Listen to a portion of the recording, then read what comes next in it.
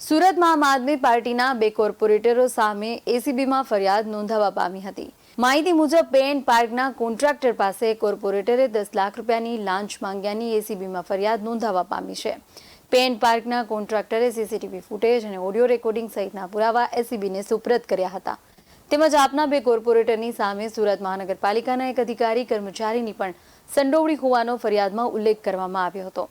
અમારા અહીંયા એસએમસીનું pen park ચલાવીએ છીએ અમે, અને પેન પાર્કમાં વેજીટેબલ માર્કેટ છે એસએમસીનું। ત્યાં એસએમસી સબ્જી માર્કેટમાં અમારા માણસો દ્વારા કોઈ કરિયાણાનો સામાન મૂકેલો। આ બાબત પર આમ આદમી પાર્ટીના બે કોર્પોરેટર આવેલા, જીતુભાઈ કાછડિયા અને વિપુલભાઈ સોવાગિયા।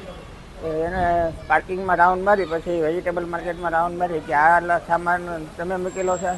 માણસો દ્વારા કહેવામાં આવ્યું કે આ અમારા માણસનો સામાન છે, કે આ તમે અહીંયા ગેરકાયદેસર કબજો કરેલો છે અને તમારી ઉપર આ ગુનો લાગશે ને એ ગુનો લાગશે ને એમ તમે ખંડણી આ બધી કલમો લાગશે ને પછી અમે આવી તકરાર કરવા માંડ્યા। પછી અમે એમના મિત્ર અને અન્ય કોન્ટ્રાક્ટર છે એને બોલાવેલા, ભાઈ આ બાબતની તકરાર કરે છે, જરાક તમે આવીને મળી લો ને ભાઈને શું છે। એ ભાઈ એને મળવા ગયા હતા, એને એવું કીધું કે ભાઈ કે પતાવટ માટે 11 લાખ રૂપિયા થશે। પછી શું કર્યું છે?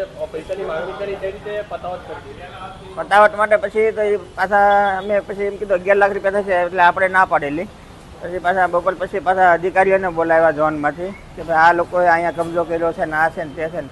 પછી પાછા ઓલા કોન્ટ્રાક્ટરને બોલાવ્યા, અન્ય કોન્ટ્રાક્ટરને, એને જે વાત કરેલી કે ભાઈ 11 લાખની। પછી અમે ત્રણેય એવું નક્કી કર્યું ભાઈ 10 લાખમાં આ બાબતે સમાધાન માટે નક્કી કરેલું। તો પછી તમે કેમ એસીબીમાં ફરિયાદ કરી?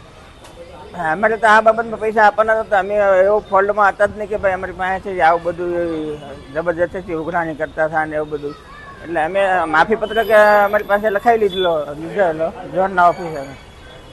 તો કઈ જગ્યાએ ફરિયાદ કરી તમે? અમે ફરિયાદ કરી છે અમદાવાદમાં એસીબી ડાયરેક્ટર સાહેબ। BS9 TV ન્યૂઝ સાથે પરેશ રાઠોડ, સુરત।